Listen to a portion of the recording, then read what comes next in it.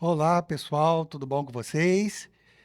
Hoje a gente está aqui no programa Mano Talks com uma convidada especial. Tenho certeza que vocês vão conhecer, aprender bastante, certo? Quero agradecer aqui a todos os patrocinadores, a empresa Audi Tecnologia, que ajuda a manter também aqui esse programa. Quero agradecer também a Lisboa Barbearia, que também contribui aqui para o programa. Quero também agradecer a Casa do Coco também, que nos ajuda. Obrigado, Gustavo. Um grande abraço. Dom Dito Pizzaria também, olha só. Quer uma pizza gostosa, maravilhosa? Procure Dom Dito. Dom Dito, especialíssima em pizza, massas e também agora restaurante. Então, você quer almoçar? Tem comida até chinesa lá agora, Dom Dito. Ó. Uau! Meu amigo Clóvis, ó, Clóvis, sempre inovando. Né? Clóvis, um grande abraço aí. Então, vai lá na Dom Dito Pizzaria. Bom, gente, Mano Talks, estava aqui conversando um pouquinho aqui nos bastidores com a Edna Sampaio, nossa convidada hoje, pré-candidata a deputada. Ainda não Senado, sabe? ao Senado, que eu coloquei Ao o meu nome. Senado? Ah, então beleza. É bom, porque colocou o nome ao Senado, então, por enquanto, né, pré-candidata ao Senado, colocando o seu nome à disposição. E esse programa é para trazer pessoas, como vocês sabem, líderes, políticos ou pessoas que querem colocar o seu nome à disposição para algum cargo político que vai trabalhar por mim, a Islã, e por você que está assistindo em casa também. Então é bom a gente conhecer quem que é Com e certeza. quem são essas pessoas, saber um pouco da sua vida também, porque às vezes a pessoa conhece você só pela internet, ou por Instagram, ou por alguma notícia que aconteceu, ou um bafafá, né? Porque o povo gosta dessas coisas, né? E aí não conhece a pessoa também. Uhum. Então, Edna Sampaio, seja muito bem-vinda ao programa Mano Talks. Obrigado por você ter Obrigada. aceitado a sua assessoria que nos recebeu e foi assim com uma conversa muito boa, muito atencioso. Então, muito obrigado pelo sim de vocês e ter vindo aqui Obrigada participar. eu. E tenho certeza que a população de Cuiabá e Mato Grosso ganha muito, né, sabendo um pouco mais de você. Então, Edna, se apresente, fique à vontade para falar um pouquinho de você, da sua família. Antes da gente falar de política, eu quero conhecer um pouquinho da Edna Tá Sampaio certo, como pessoa tá e depois a certo. gente fala da Edna profissional e da Edna como uma figura política. Afinal de contas, antes de mais nada, a gente é pessoa, né? Exatamente. Pessoa que veio de muitos lugares, né? Eu sou uma mulher cuiabana, né? Que venho de uma família de cuiabanos, cuiabanas ancestralmente. Então, não é minha família, não é não sei exatamente em que momento que os meus entes familiares vieram aqui para essa região, mas eu sou afro-indígena, ou seja, a minha avó era indígena, a minha bisavó era indígena, e a minha mãe, pai da minha mãe, um homem negro, então tem toda essa mistura. E meu pai, um homem que de pele clara, né, poderia ser chamado de branco, mas depois que ele envelheceu e eu fiquei mais velha também, eu tive que cuidar dele quando ele ficou doente, né? Ele Uhum. já faleceu, infelizmente.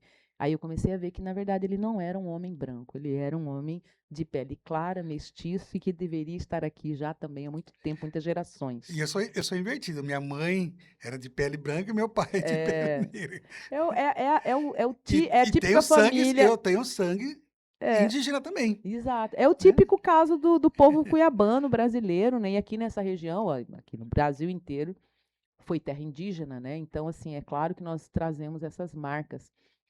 E eu sou a primeira filha de 4 filhos de Lídio, que era meu pai, e Noêmia. Lídio era um motorista de caminhão e semi-analfabeto, estudou as séries iniciais. Ele era um homem do campo, do sítio, né? Então ele lá não tinha escola. Mas ele também não era muito interessado em estudar, né? Porque não vinha dessa tradição familiar. Então meu pai não concluiu o ensino, o primário naquela época, né? Sabia ler muito, com muita dificuldade, também sabia escrever com muita dificuldade. Era motorista de caminhão, extremamente trabalhador, cuidadoso, e a minha mãe, uma professora primária, né, que é Uhum. alfabetizadora, que hoje tem 85 anos, está doente com Alzheimer e eu sou a cuidadora dela. Sou professora universitária, professora de sociologia há 31 anos.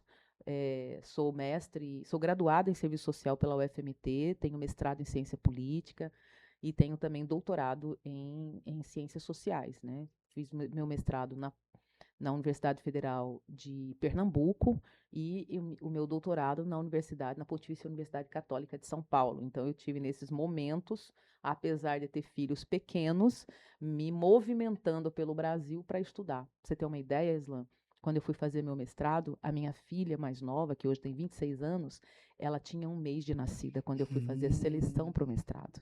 Então, eu me lembro que na primeira vez que eu fiz, no primeiro programa que eu fiz, eu fui reprovada, muito em função daquela condição que eu estava. Eu estava com a minha filha recém-nascida, fui fazer a prova, e eu não consegui ficar na sala da prova por muito tempo, porque eu amamentava, e eu era uma mulher que tinha muito... Eu sempre fui uma leiteira, como dizem por aí, uma mulher que produzia muito leite. Então, assim, isso me atrapalhou bastante. Depois eu fiz a segunda seleção, e eu fui aprovada no programa de Ciências Sociais lá de Recife, da Universidade Federal de Pernambuco. Então, eu fui com meus filhos. Minha filha, então, quando eu fui, tinha 3 meses. O filho do meio tinha 3 anos. E o filho mais velho tinha 6 anos. Então, eu fui para uma cidade que eu não conhecia, né? Fiquei lá com 3 filhos pequenos para fazer um programa de mestrado e fui a primeira da turma a concluir o mestrado. E eu me lembro que, na época, na seleção, eu tive que esconder o fato de que eu estava com uma criança recém-nascida para poder fazer a seleção. Porque naquela época contava muito para os programas o fato de saber se as mulheres, né, tinham ou não algum impedimento que poderia atrasar a conclusão, e isso pesa sobre os programas, né? Então, acho que foi uma verdadeira aventura para mim ter saído de Cuiabá, ter morado numa cidade grande como Recife, com 3 filhos pequenos, sozinha, para poder concluir, para poder estudar e concluir um programa de mestrado. Eu tenho muito orgulho dessa história, porque eu sei o quanto é difícil para as mulheres conciliar Isso que eu ia trabalho, falar vida agora. Para a acadêmica, mulher é muito mais complicado. política, exatamente. Quando minha Mulher filha não é tão fácil. Então, quando eu fui para o doutorado, a minha filha mais nova tinha 5 anos. E aí eu fui para São Paulo, né? E eu deixei os 2 filhos com meu marido e levei só a minha filha mais nova. E eu acabei tendo que retornar, porque a minha filha sofreu bullying na escola e ela era muito ainda novinha, e eu fiquei com medo daquilo traumatizar ela, né, para o resto da vida dela. Então, eu voltei para Cuiabá para deixá-la aqui com o pai. Fiquei um tempo, ela ficou com o pai, e eu voltei para terminar meu doutorado em São Paulo, na Pontifícia Universidade Católica de São Paulo. Então, eu sou professora da Unemate há 31 anos, estou em processo de aposentadoria agora, um processo burocrático e tal, e estudar para mim sempre foi uma obrigação que a minha mãe incutiu na nossa Da cabeça. Unemate, qual campus que você De é? Cáceres, Ah, de de Cáceres mesmo. Cáceres, de Cáceres. Uhum. Então, essa sou eu, né? Eu sou a primeira filha. Eu acho que eu tenho muito, apesar de vir de uma família muito pobre, né? Que muitas vezes minha mãe não sabia o que ia fazer para que os filhos não dormissem de barriga vazia. Muitas vezes não tinham o que comer, porque na época que eu era criança não existia políticas sociais, não existia Bolsa Família, não existia apoio aos mais pobres, e eu era uma das pessoas que compunha o bolsão de pobreza na periferia de Cuiabá. Hoje, onde eu moro, é um lugar próximo do centro, super valorizado, mas quando eu era pequena, era um lugar distante, só mato, e era ali que a gente assentou a nossa vida, né? E é o lugar onde eu moro hoje, inclusive. Então é isso, eu sou essa pessoa que venho desse lugar, e é um lugar improvável, né, para uma pessoa chegar onde eu cheguei. Eu tenho consciência disso, tenho consciência de que eu sou uma mulher preta privilegiada, né, porque não é fácil para a população negra superar todos os obstáculos que são impostos para nós desde o nosso nascimento. Nós somos treinados a não acreditar em nós mesmas, nós somos treinados a olhar com desconfiança, porque também nos olham com desconfiança, né? E nós somos treinados a não querer muito da vida, porque o horizonte que é colocado para a população negra no nosso país, no nosso estado, é um horizonte que não nos permite sonhar muito. Agora, com as políticas sociais do governo federal, eu acho que isso mudou bastante. Nós já temos, por exemplo, a maioria da população da população estudantil na universidade sendo pessoas negras, né? As mulheres já são maioria em várias áreas de conhecimento profissional, em que antes nós éramos absoluta minoria ou até nem existíamos. Eu acho que eu sou de uma geração que viu o Brasil se transformar num país absolutamente pujante, um país cuja principal valor e o principal ativo do Brasil é o próprio brasileiro, é o povo brasileiro, a insistência no povo brasileiro. E eu fico muito feliz de poder ter acompanhado e vivido essa experiência e eu mesma ser o reflexo dessas mudanças que aconteceram no Brasil ao longo dessas últimas décadas. Nossa, que bom, que história fantástica. Estou aqui aprendendo um pouquinho sobre você. Conhecia, que nem disse, pelas redes sociais, É, pelo seu trabalho também como como vereadora. vereadora. Eu lembro que eu acompanhei algumas coisas. Na verdade, assim, as pessoas de casa que estão nos assistindo, elas têm que ter a noção que tem gente que fala, não gosto de política. É, A questão é, a política ela faz parte faz de parte. qualquer pessoa. Então nós Uhum. temos que saber e se interessar pela política, por mais que eu não gosto, tudo bem, não gosta, mas vai acabar. Se as pessoas honestas não se interessarem pela política, a política vai ser um lugar quase ou exclusivamente de pessoas desonestas. Porque não existe lugar melhor para as pessoas desonestas ficarem do que a política. Exatamente. E até pelo fato de que ali no meio político, pelo menos eu, mas entendo assim, é, existe muita coisa que é abstrata e interpretativa. É, Né? Então, é, muita coisa pode ser entendida de um jeito, de outro jeito, e as nossas leis brasileiras, elas também não nos ajudam muito, né? E ela acaba permitindo ter essas interpretações também, e aí as pessoas se é, aproveitam disso, dessas brechas, e começam a fazer coisas erradas, e gera todo um problema que incide na vida de cada um cidadão. Então, eu não gostava muito de política, para ser bem sincero. Não gostava. é. Eu E tive imagino. que aprender a gostar de Sim, política, sim, porque eu entendi e percebi que é, quem está à frente com você como vereador, você está nos representando. sim. E eu tenho que saber o que você está trazendo de bom para mim como cidadão e para também, não só para mim, Exato. mas Pro para conjunto, o né? conjunto, né? Para a sociedade como um todo. Uhum. Né? E falando já um pouquinho desse mandato seu como vereadora, eu queria que você falasse um pouquinho de você como vereadora, os projetos que você fez na época.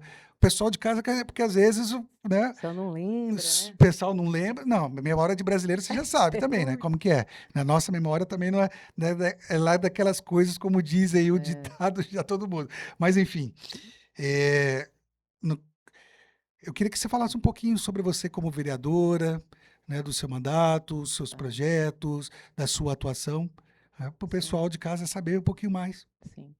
Então, eu acho que o exercício da vereança para mim foi um exercício de muito aprendizado, né? Alguns muito dolorosos, outros muito felizes.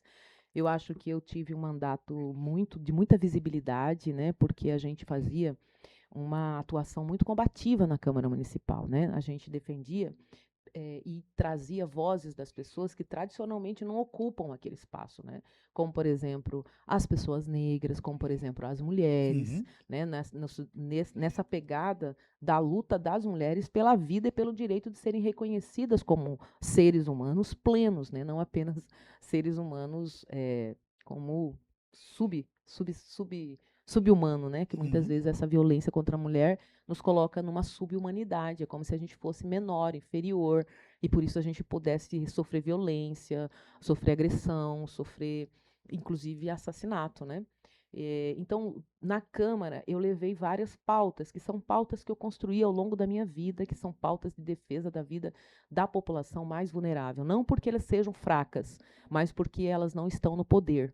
Né? Embora sejam a maioria. Nós falamos, as pessoas minoritárias. Nós somos a maioria, as mulheres, as pessoas negras, as pessoas LGBT. Se você for pegar esse conjunto de pessoas, nós correspondemos à maioria da população, mas nós não ocupamos os espaços de poder. Então, eu tentei fazer do meu mandato na Câmara Municipal um espaço para que estas vozes pudessem se apresentar, pudessem se colocar e a gente pudesse lutar pelas pautas que são importantes, como, por exemplo, a pauta de combate ao racismo na nossa sociedade, especialmente olhando para as mulheres negras, mas por conjunto da população também. Então, eu aprovei uma lei extremamente importante que também, né, você sabe como que são leis, né? Se a gente não cobra, se a gente não tem uma cidadania ativa, quem entra vira as costas para isso. Mas a lei que foi o Estatuto da Igualdade Racial no município de Cuiabá. Aprovei também um projeto de lei que disponibiliza cannabis medicinal, que já tem vários estudos nacionais e internacionais sobre os efeitos positivos, terapêuticos da cannabis medicinal. Fiz audiência pública lá, convidando especialistas dessa área para mostrar a importância do Sistema Único de Saúde oferecer este medicamento, que é, na minha opinião, revolucionário para tratamento de várias doenças crônicas e degenerativas. Então, foi aprovado esse projeto.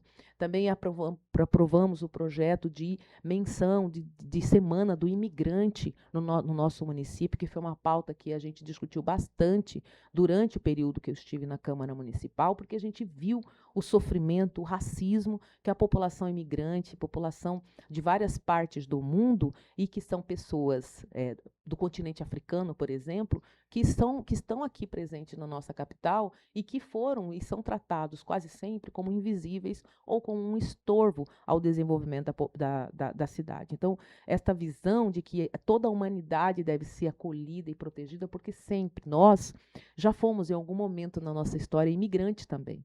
Então, eu acho muito absurdo que a gente não consiga ver num irmão, numa irmã que veio de um outro continente buscando fugindo de guerra, fugindo de opressão, de violência, buscando oportunidade na nossa terra e a gente tratar como se aquelas pessoas não fossem pessoas. Então, aprovamos a lei do imigrante aqui no município de Cuiabá, a Semana do Imigrante, que foi um passo muito importante para desenvolver políticas públicas para essa população tão marginalizada e esquecida.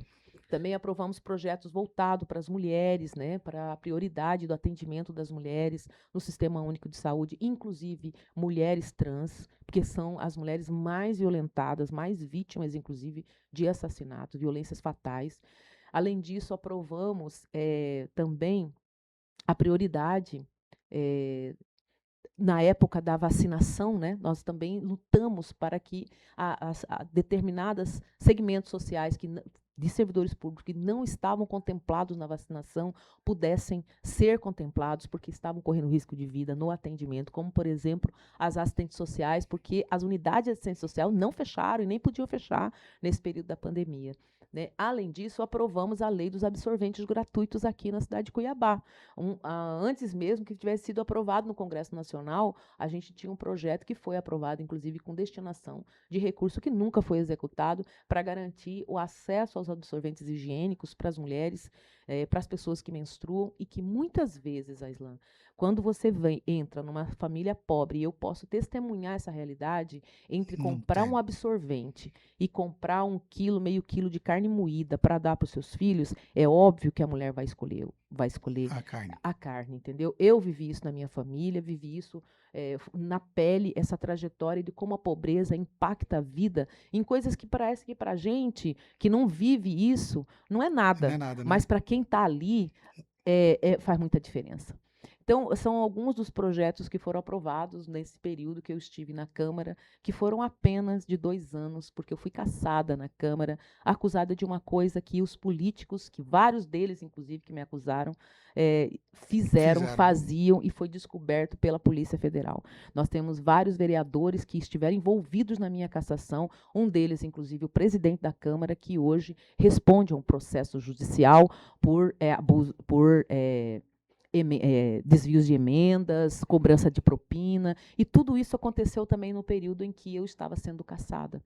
Então, veja, quando eu disse para você, se nós que somos pessoas trabalhadoras, que somos honestos, não nos interessarmos pela política e não participarmos da política, nós vamos abrir espaço para que os desonestos façam isso na totalidade, e para quem é desonesto, nada custa falar, apontar para o outro e acusar o outro de fazer aquilo que ele está fazendo, que foi o que aconteceu comigo, lamentavelmente. É um lado da política que, infelizmente, deixa nós, principalmente nós como cidadão, bastante triste, né? Quando Sim, aqueles que gostam da política e participam, porque a gente sabe que quando a gente coloca alguma pessoa num determinado cargo político, a gente quer que essa pessoa faça o melhor para exatamente. nós, Exatamente. né? E muitos deles usam isso, né, esse cargo, essa conquista, através do voto. E uns incluem, tive não sei quantos mil votos e tudo mais. Mas e aí, o que ele está fazendo de fato para essas É, pessoas, né? Fazendo de forma correta, honesta, é. sem onerar? É, o voto, a democracia nossa precisa ser aperfeiçoada demais, né? Porque o que eu percebi entrando para a política e conhecendo melhor os bastidores dessa política e como que funciona a questão da eleitoral, a gente vê claramente que nós não estamos diante de uma democracia, nós estamos diante de uma plutocracia. O que significa? Democracia é quando todos os processos são públicos, é do povo, né? A república também faz parte desse pacote democrático, né? Então, é a participação das pessoas. As pessoas são donas do poder, o povo é dono do poder. Agora, quando você fala em plutocracia, você está falando de que quem participa desse jogo é quem tem dinheiro. Né? Então, às vezes, os polícias falam assim: ah, mas como que aquele deputado que fez aquilo, ou aquele vereador, ou aquela vereadora que atuou. Tem gente que passa o mandato inteiro e não fala uma palavra no legislativo. Ou quando fala é muito raro, mas mesmo assim, quando você vê, ele foi reeleito. E aí você fala, mas o que faz com aquelas pessoas que não atuaram no sentido de defender pautas para o povo trabalhador, que é a maioria quem elege, e mesmo assim ele se elege? Aí você vai ver que tem esquemas de manter famílias inteiras, bairros inteiros, alimentadas por dinheiro, por sacolão, precisa de um gás, precisa disso, precisa Que daquilo. acontece É muito na ainda. ausência do A Estado gente sabe que vai disso. se criando aqueles bolsões de necessidade, de pobreza, né, que vai fazendo com que esses Gera vínculo, espertos né? Fica. gera vínculo, gera apoio, gera adesão. E aí o povo trabalhador é um povo muito simples. Porque a política não é algo que as pessoas, na maioria das vezes, entendam. A política é muito complexa e pouca gente consegue entender como que funciona. E é exatamente aí que os desonestos entram. Entram no vácuo do Estado, na omissão do Estado, que não oferece políticas públicas para os mais pobres, entram na, na, na crença de que ele precisa se comprometer o voto com você, ainda que você me compre o voto, eu sou obrigada a votar em você. Então, é numa honestidade dentro de um sistema de desonestidade que essas pessoas acabam se elegendo, se reelegendo. E aí, quando eu entrei na Câmara, Islan, uma coisa que me deixou extremamente intrigada é ver que, na verdade, apesar daquela eleição haver uma renovação de cerca de 50% da Câmara, não havia, tinha duas pessoas, duas ou três pessoas, talvez as mulheres, né? Eu e mais as duas mulheres que fomos eleitas, é que realmente não estávamos na política. Os outros todos já estavam, de algum modo. Estava trabalhando no gabinete de algum deputado, na Assembleia Legislativa. Ou seja, nós temos na política um campo extremamente restrito de pessoas que podem entrar. Às vezes as pessoas falam assim, tá renovando a Câmara, mas você tocou num Se ponto você for interessante. olhar, você não renova nada. Exatamente, a Renova muito renovação pouco. quando a gente fala de renovação, é quem nunca esteve, Esteve e traz uma participou da política, pauta. E aí né? não, você vê que por Agora detrás daquele tem aquele político, tem aquele já foi outro, assessor, não sei já de foi quem, já assessor, já chefe de estava aí faz gabinete, já tempo não sei o quê. organizando a política, do jeito É, que tradicionalmente se organiza aqui. exatamente. E você foi eleita pelo partido do PT na época como Sim, vereadora. sim. Vereadora. E hoje você ainda está no partido? Aislan, tem uma coisa que eu sempre digo, que é o seguinte: o partido é uma coisa muito importante para a democracia e o povo precisa compreender isso.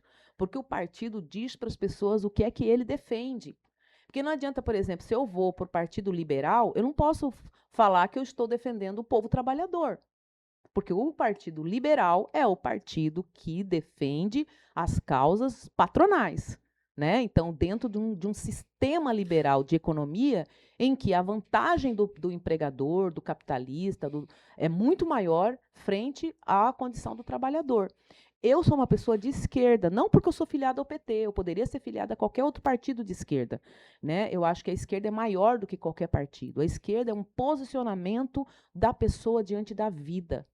E eu venho de uma esquerda que associou a compreensão religiosa, né, do evangelho, a compreensão do Cristo, que para mim é uma referência até hoje sobre justiça, na política. Existem, inclusive, vários estudos mostrando como que na América Latina a teologia da libertação, que foi uma linha dentro da Igreja Católica, que formou a minha geração, foi importante para o movimento da esquerda na América Latina.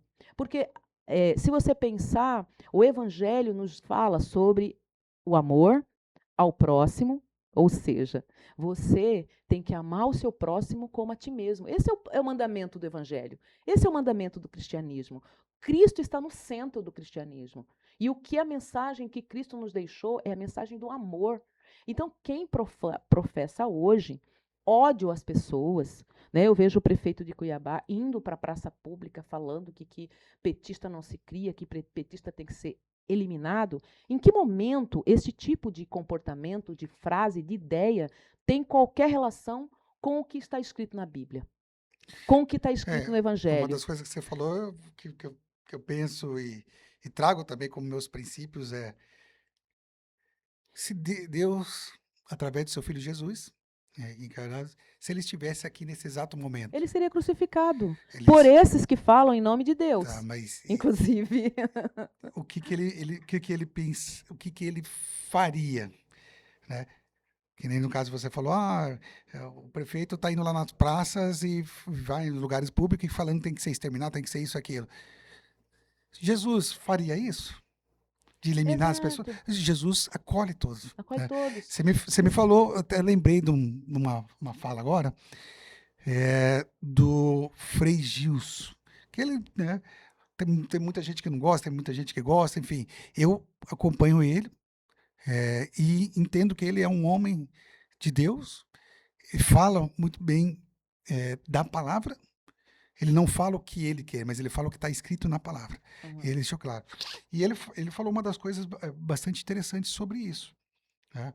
que, que nós da igreja não temos que olhar a quem. Por causa se é fulano é isso, se é fulano é esquerda, se é fulano é direita, se é fulano. Não, nós temos que acolher todo mundo. Nós temos que acolher a Até todos. porque Né? marca Você ideológica, falou de LGBT, de homossexualidade. Nós temos que acolher todas todas essas os seres pessoas, de Deus, foi Deus que criou. mesmo não Não concordando. concordar. Porque, Né? na verdade, qual é o nosso direito de concordar ou não com alguém e, a partir da discordância, advogar, defender que essa pessoa seja eliminada? Qual é a relação que isso tem com o Evangelho, com a Bíblia, com o Não, que quer que eu como seja? cristão, eu já abomino essa palavra, É um porque absurdo. você falar que isso vai eliminar outra pessoa, peraí, que princípio que Exatamente. eu tenho? Aí eu Então, vou falar que eu sou cristão, que eu sou católico e falando umas coisas dessas? exato. Então, Então, assim, para mim, a política, eu estava falando para você no começo da nossa conversa, ainda quando não estava no ar, né?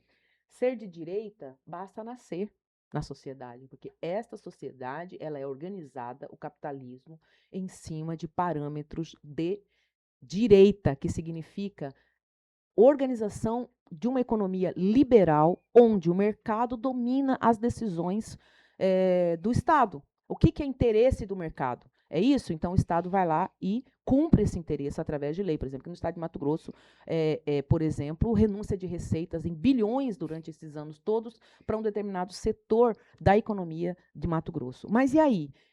E as pessoas? E a maioria que não é empresário do agronegócio? E a maioria que não tem uma empresa de exploração de minério? E a maioria que precisa do posto de saúde, que precisa do Estado para proteger contra a violência, que precisa de uma boa educação? O que essa maioria encontra? Encontra a violência do Estado. Então, assim, nós estamos nos organizando enquanto sociedade de uma forma que contraria completamente a Constituição, porque a Constituição não fala que os mais poderosos devem massacrar os menos, os menores, os vulneráveis, e é isso que está acontecendo. E para quem acredita que pratica a religião dentro da política, também está completamente fora. Porque em que momento, por exemplo, estão lá os deputados federais aqui do estado de Mato Grosso defendendo que o trabalhador e a trabalhadora trabalhem regime de 6 por 1, sem descanso algum. E mais, defendendo que o Estado pague uma bolsa para o patrão, se o trabalhador tiver que trabalhar jornada de 5 por 2. Então, veja, mas Jesus não disse deixar vir a mim os pequeninos, porque dele é o reino dos céus? E por que esses homens e mulheres que entram para a política e falam o tempo inteiro em nome de Deus, inclusive na Câmara Municipal de Cuiabá, obrigaram a rezar durante a sessão, o que é um absurdo, não por ser contra a reza, é porque o Estado é laico. E nenhuma manifestação religiosa deve se associar com a atividade do poder público, que é laico e deve respeitar todas as religiões. E sabe por que o Estado é laico, é Islã? Exatamente porque, ainda que eu professe a minha religião católica, ainda que eu acredite em Cristo, aliás, é justamente por isso que eu tenho que saber que a maior lição e a razão pela qual Cristo morreu foi exatamente por amor à humanidade. Então, se é por amor, como é que eu posso dizer que alguns são merecedores do direito de viver e outros não são? Que alguns, por eu concordar com eles, são merecedores da atuação do Estado e os outros devem amargar a penúria, a ausência, a omissão e a violência. Está tudo errado. Então, as pessoas que são religiosas, elas precisam acordar e despertar para o que está acontecendo.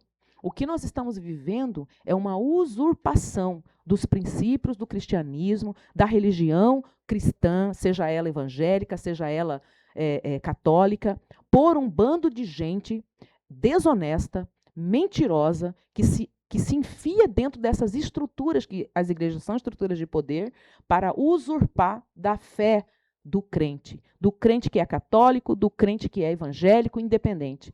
Então, nós não podemos sobreviver numa sociedade que os principais agentes públicos pregam a violência. A violência, por exemplo, que eu sofri na Câmara Municipal de Cuiabá. Uma violência sem precedentes. Uma violência que quis me impedir de exercer meu mandato e conseguiu. Uma violência que quis me extirpar da política. É justo isso? Isso é prática de quem professa alguma fé em Deus? Nesse Deus católico construído a partir de uma ideia, de uma teologia do amor e não do ódio? Então, nós precisamos repensar, nós, pessoas, porque está nas nossas mãos. Não adianta ficar culpando os políticos, porque os políticos não vieram de Marte. Os políticos são pessoas que estão no nosso meio, são pessoas que nós confiamos para que nos representem. E se nós estamos confiando para nos representar quem destila ódio contra os outros, quem quer eliminar corpos que são divergentes da sua visão política e quem quer fazer do Estado um espaço de poder pelo poder para poder enriquecer seus próprios bolsos, como a gente tem visto, olha o filme do filho do Bolsonaro, o maior escândalo já produzido no Brasil envolvendo uma instituição financeira. Agora descobriram que foi 162 bilhões de reais. Né? 52 bilhões de reais era a cifra que estavam veiculando sobre esse escândalo. Agora é muito mais. E para um filme que não aconteceu, né? Eu estou falando do escândalo do Banco Master. Aí pegaram uns 10% desse valor para poder financiar o filme do Bolsonaro. E o que fizeram com esse dinheiro? E que dinheiro de onde que veio? Está provado que é dinheiro de lavagem de dinheiro, do crime organizado. O que o crime organizado faz? Mata pessoas, desorganiza a estrutura social, entendeu? Coloca a violência como método para conquistar território. É essa sociedade que nós, que somos cristãos, que somos religiosos de qualquer matriz, seja ela matriz africana, seja ela matriz eurocêntrica, qualquer uma, seja budista, seja qualquer uma, mas é essa sociedade que nós vamos querer alimentar aqui no Mato Grosso, que já é um estado tão violento, com uma história violenta, onde os inimigos eram jogados do portão do inferno ou enterrados em cemitérios clandestinos. Vamos olhar a nossa história. Como é que ela é uma história de violência? Nós queremos isso para os nossos filhos? Nós queremos que pessoas que governam nosso estado, nossas cidades, sejam pessoas de índole duvidável, de discursos de violência e de incapacidade de gestão? Olha a nossa cidade de Cuiabá, o que virou com o prefeito Abílio. Qual é o projeto que o prefeito Abílio está desenvolvendo na Câmara, na cidade? E agora foi fazer uma denúncia da própria gestão dele, que é 80 milhões em relação à compra indevida de uniformes, que foi feita por adesão de ata de um estado, de um município, de uma outra região do país, entendeu? Para se safar de uma denúncia que foi feita por uma cidadã, aí ele assume a própria denúncia, denunciando a si mesmo. Então, vejam o nível da mentira, da enganação, da manipulação que a política se tornou. É como se a verdade fosse completamente abatida do nosso cenário político. A verdade se tornou uma coisa completamente irrelevante. Hoje na verdade, o errado virou certo. Virou certo e o certo virou errado. E aí eu vou citar a frase que inaugura esse tempo do bolsonarismo no nosso país, que é bem sintomático daquilo que a Bíblia diz sobre o aparecimento dos falsos profetas. Eles usaram um termo da Bíblia para dizer: conhecereis a verdade e a verdade vos libertará, pois eles não sabem fazer outra coisa senão mentir. Ou seja, eles produziram com os ensinamentos do cristianismo um simulacro. Sabe? O que é um simulacro? É um túmulo. É um túmulo onde se enterra aquilo que era de mais valor para nós, que é a questão da verdade. Como é que nós podemos viver num mundo onde as pessoas não falam a verdade? Que parâmetros que nós vamos ter para nos movimentar nesse mundo, inclusive para educar nossos filhos, se as pessoas, se a política é uma política de gente que acha que tem que falar mentira o tempo inteiro. Olha o que aconteceu no Congresso Nacional nesse exato momento. Sabe o que eles fizeram aqui? Os deputados federais do estado do Mato Grosso, com exceção do deputado, e eu preciso fazer essa sessão, do deputado Emanuelzinho, que sempre votou a favor da classe trabalhadora do Brasil e do Mato Grosso, eles eram contra o fim da escala 6 por 1, porque eles querem que trabalhador e trabalhadora reproduzam relações escravocratas. Trabalhador e trabalhadora não precisa descansar, não precisa de tempo para suas próprias vidas. Então, eles são contra a escala 6 por 1 e apresentaram um projeto contra isso, inclusive dizendo que só poderia ser feito essa escala, o fim da escala 6 por 1 daqui a 10 anos. E, mais do que isso, apresentaram um projeto, uma emenda ao projeto original do presidente Lula para, na verdade, aumentar as horas. Nós estamos querendo reduzir de 44 para 40, eles apresentaram um projeto com 52 horas, que o trabalhador poderia trabalhar até 52 horas. Mas eles começaram a perceber que esse debate pegou na sociedade, porque todo trabalhador e trabalhadora sabe o que significa não ter direito ao tempo. O tempo é o bem mais precioso da nossa vida. Tudo que nós temos é o tempo, né? E nós não temos direito, como trabalhadores, a esse tempo, e a maioria não tem direito nenhum. E aí, como eles viram que esse debate é um debate de grande repercussão nacional e que mais de 70% dos trabalhadores eram favoráveis ao fim da escala 6 por 1, agora eles apresentaram uma proposta de 4 por 3. Eu vi Por hoje. que eles apresentaram essa proposta de 4 por 3? Porque eles sabem que no Congresso Nacional não tem acordo sobre isso. O Centrão, que é aliado deles, não vai votar nessa proposta, mas eles querem colocar para quê? Para embaralhar o meio do campo, poder produzir uma narrativa que quem defende os trabalhadores são eles, sabendo que isso não vai ser votado, não vai ser aprovado, e ao colocar uma proposta que não vai ser aprovada, nós vamos impedir a aprovação e a votação da proposta do governo, que é o fim da escala 6 por 1 sem alteração de salário, sem o trabalhador perder o salário, porque é direito. Nós temos que ter direito à nossa própria vida, ao nosso tempo de existir, não apenas como trabalho, mas existir como pessoas humanas que somos. Bom, gostei muito desse posicionamento seu, dessa fala. Acredito que contribui muito para nós. E uma das coisas que me veio aqui agora na cabeça, enquanto você estava falando, de toda essa experiência, esse conhecimento que você tem, o que Cuiabá e Mato Grosso pode esperar da Edna agora, né, como pré-candidata, até então como Senado? O que a gente pode esperar dessa figura pública Edna Sampaio para contribuir para Mato Grosso, trazendo toda essa experiência, todo esse conhecimento, essas expertise, e essa também, que nem você colocou da escala aí, 6 por 1 e tudo mais, para dentro do nosso estado de Mato Grosso? Eu acho que a primeira coisa é o fato de eu existir, assim como muitas mulheres negras existem e são invisibilizadas no estado de Mato Grosso. É como se nós não fôssemos o segundo estado com maior população negra no Brasil. É como se aqui fosse uma verdadeira. Se você for em espaços institucionais aqui, você vai ver que aqui parece uma verdadeira Europa, porque nesses espaços há pessoas brancas, você quase raramente vê pessoas negras, né? Então, a minha presença ela é importante porque ela denuncia a nossa ausência. Então, eu resolvi permanecer na política. Então, o povo cuiabano, o povo mato-grossense pode esperar que a Edna Sampaio vai continuar na política, porque é necessário que esse debate, as questões que eu trago, sejam questões abertas nesse espaço da política que raramente se abre para esse debate. Eu acho que é importante falar sobre esses corpos, que são corpos violentados, marginalizados, excluídos do espaço de poder. A minha própria trajetória, ela é sintomática. A minha trajetória na política, ela revela exatamente o que acontece com a população negra.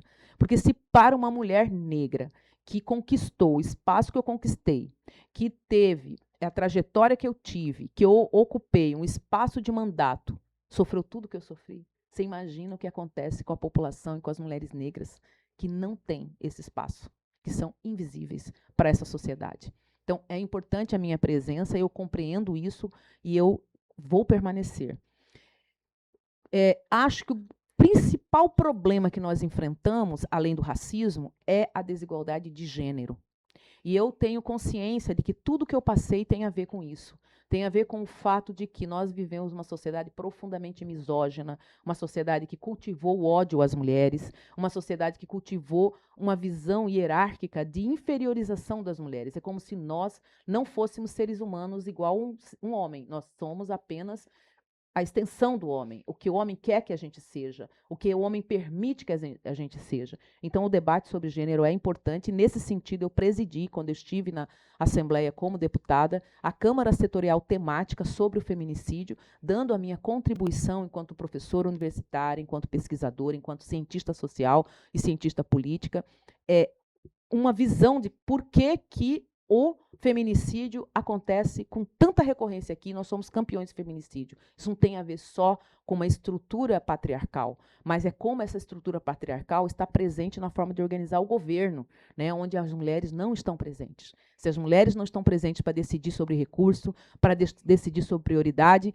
as nossas vidas não serão priorizadas. E é isso que está acontecendo. É uma das coisas que você falou que eu tenho como entendimento prioritário você como mulher. Exatamente.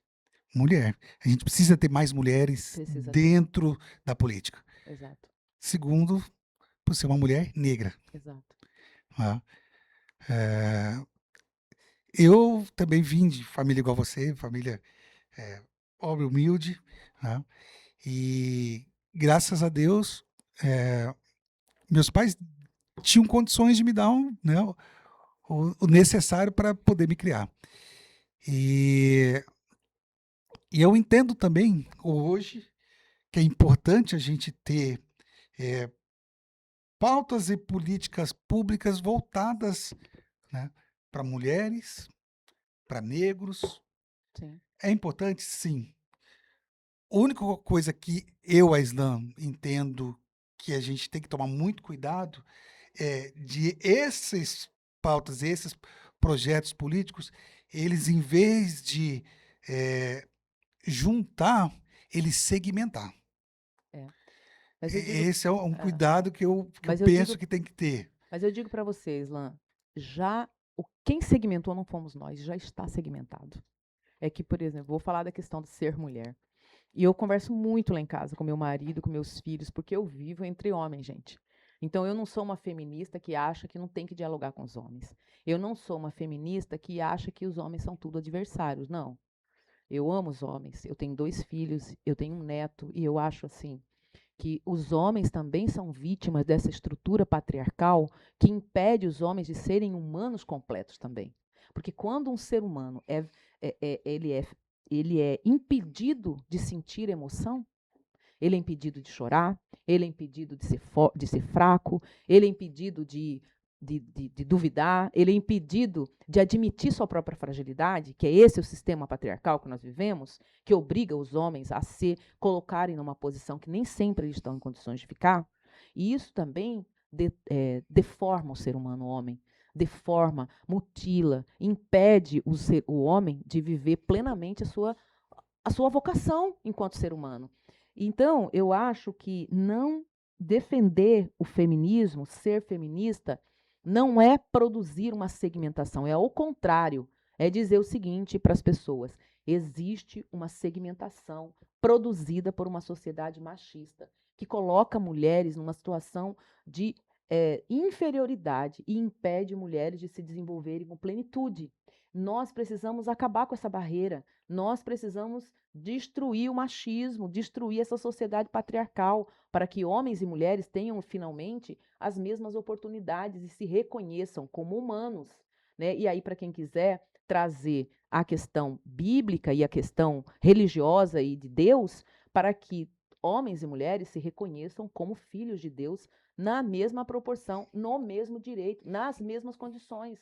Então, nós não podemos ficar com aquela parte que é metáfora na Bíblia sobre a mulher ser retirada da costela do Adão para justificar desigualdade entre homens e mulheres e violência contra as mulheres. Violência dos homens contra as mulheres. Nós precisamos entender que, embora a Bíblia seja um livro sagrado, ele é um livro histórico, datado, que as pessoas que escreveram viviam um determinado tempo e elas reproduziam aquele tempo. O nosso tempo é outro. O que fica é o amor. O que fica é essa coisa do sacrifício e do amor pelo outro, que acho que essa religião nos ensina. Agora, nós não podemos justificar, como tem acontecido, inclusive, mulheres sendo violentadas dentro de igreja e sendo recomendadas por autoridades religiosas para que fiquem em silêncio. Porque, na verdade, o pastor ou a autoridade religiosa está acima da legislação e do direito da própria mulher. Então, não é sobre segmentação. Ao contrário, é sobre humanidade. É sobre ver homens e mulheres como pessoas, como humanos, e que devem ser respeitados em igual proporção de direitos, deve ter acesso a igual direito e oportunidade. É sobre isso. Exatamente, Edna. Olha, seja homem ou seja mulher, que nem a gente estava conversando aqui antes de entrar no programa, né, nos bastidores, a gente tem que olhar para o ser humano. Sim. Nós temos que olhar para o ser humano. Exatamente. E hoje não estão olhando para a mulher como Nós um temos ser que humano. olhar para o ser humano, certo? E creio também que muita gente hoje, né, você falou dos tempos quando a Bíblia foi escrita, e hoje são as pessoas que têm o seu livre-arbítrio, cada um interpreta de uma forma, cada um coloca de uma forma. E aí é um grande problema, porque daí, como você diz, criam-se N narrativas diferentes. E mais uma coisa não tem interpretação, Aislan. Uma coisa não tem interpretação, não tem como fugir. Se você se professa cristão, independente da religião que você professa, você tem a obrigação de saber que Cristo morreu por amor à humanidade e que a morte de Jesus Cristo é a reconciliação, por cada um de nós. É a reconciliação de Deus com a humanidade. Portanto, quem fala em cristianismo, quem fala em Deus e prega o ódio, não está falando da mesma coisa que nós. Não está de acordo com Deus. Não está de acordo. Porque Deus fala sempre do amor. Exatamente. Mas, enfim, Edna, muito boa conversa contigo. Eu acho que a gente poderia passar aqui umas 3, 4 horas conversando. Eu aprendi bastante com você. Estou te conhecendo pessoalmente agora, te conhecia pelas redes sociais. E acredito que o Cuiabá, o estado, ganha muito com a pessoa como você, pelo fato de que você tem um conhecimento, você foi buscar esse conhecimento, né? E estou vendo que tem propriedade, sim, né, para estar num cargo público. Então, muito prazer mesmo te conhecer. Quero que você coloque as suas considerações finais. Mas antes de você colocar as suas considerações finais, quero te entregar um presentinho aqui da nossa empresa aqui, ó, de tecnologia. Chique no último, uma gente. Caneca. Como professor, você, eu também. Com o professorzinho aqui, inclusive, ó, as mãozinhas aqui, né? Exatamente. Né? Olha, eu vou até falar pro pessoal que tem podcast, que me convidar, que eu amo receber. Eu faço coleção, tá, gente? Pode preparar aí. Obrigada, Então, Islan. Obrigada. Então, assim, eu queria que você colocasse as suas considerações finais. E nós vamos ter um outro momento, quando você tiver com a sua candidatura mais consistente, mais organizada, aí a gente vai falar um pouco mais sobre os projetos Tá, como candidata já. tá certo. Não sei se o que que vai acontecer daqui para frente, mas enfim, eu quero primeiro agradecer, né, muitíssimo o seu convite, né? Nós tínhamos combinado semana passada, não deu Deu certo. certo, já tá Eu tive muita que viajar coisa, também. tá, não deu certo. Mas muito bom conversar com você, é um prazer sempre conversar com as pessoas sobre política, sobre a vida, sobre filosofia, sobre o que for, porque eu acho que isso proporciona para a gente, para mim, aprendizado, né? Também essa conversa proporciona aprendizado. Agradecer a todos que nos assistem e dizer que a gente continua nessa luta e pedir para as pessoas, olhem a política neste ano, gente, é muito importante a decisão que cada um e cada uma vai tomar em relação ao seu voto. Nestas eleições, nós não estaremos decidindo apenas quem nós vamos eleger, mas nós vamos estar decidindo que futuro nós queremos para o nosso estado e para o nosso país. E aí, a decisão está com vocês. Gente, muito obrigado por vocês estar nos acompanhando aqui na TV Católica e com o programa Mano Talks. Obrigado, Edna, e eu Obrigada. quero trazer você depois já como Tá candidata certo. oficial aí, para mais uma conversa para a gente falar bastante sobre os projetos para Mato Grosso, como candidata já, se Deus quiser, já após as convenções. Programa Mano Talks aqui na TV Católica. Tudo bom.